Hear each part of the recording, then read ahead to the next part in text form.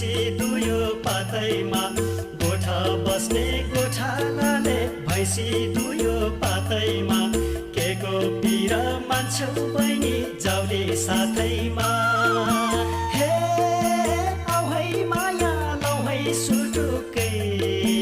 काफल गेडी कुटुकै भयो भुटुकै काफल गेडी कुटुकै भयो भुटुकै उकालीको चौतारीमा देब्रे पिपल दाहिने बल उकालीको चौतारीमा देब्रे उहाँले चाहिँ हेर्ने गर्नुहुन्छ अब केही ग्रुपहरू यतापट्टि पनि छ यो साइडमा त्यहाँ पनि छ मैले अघि पनि भनिहालेँ यिनीहरू चाहिँ ग्रुपमै हिँड्छन् ठ्याक्क समूह बनाए समूहमा ट्याक्क ग्रुपिङ गरेर हिँडिहाल्ने एक्लै दुक्लै चाहिँ अलिक हिँड्दैनन्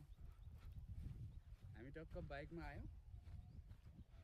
मजाको घाम छ म करिब 2073-74 सालमा सायद यही महिनामा हुनुपर्छ हामी त्यतिखेर साइकलमा आएका थियौँ अब यस बेला त हामीसँग बाइक पनि भयो हामी बाइकमा आयौँ होइन दुईजना छौँ हाम्रो साथमा हुनुहुन्छ यो मेरो यो बोलीलाई कैद गर्न सक्षम र यो दृश्यलाई पनि क्यामेरामा कैद गर्न सक्षम मेरो व्यक्तित्व हुनुहुन्छ आदरणीय टिका सुवेदी सर उहाँले पनि यस मनमोहक दृश्यको अवलोकन गर्दै एकदम राम्रो तरिकाले भिडियो बनाउनु भएको छ ताकि चाहिँ भोलिका दिनमा यो फेरि हेर्दाखेरि अझ सुन्दर देखियोस् होइन हामी अगाडि यो देखिएको छ के भन्छ अरे टावर हामी एकैछिन त टावरमा गएर पनि हेर्नेछौँ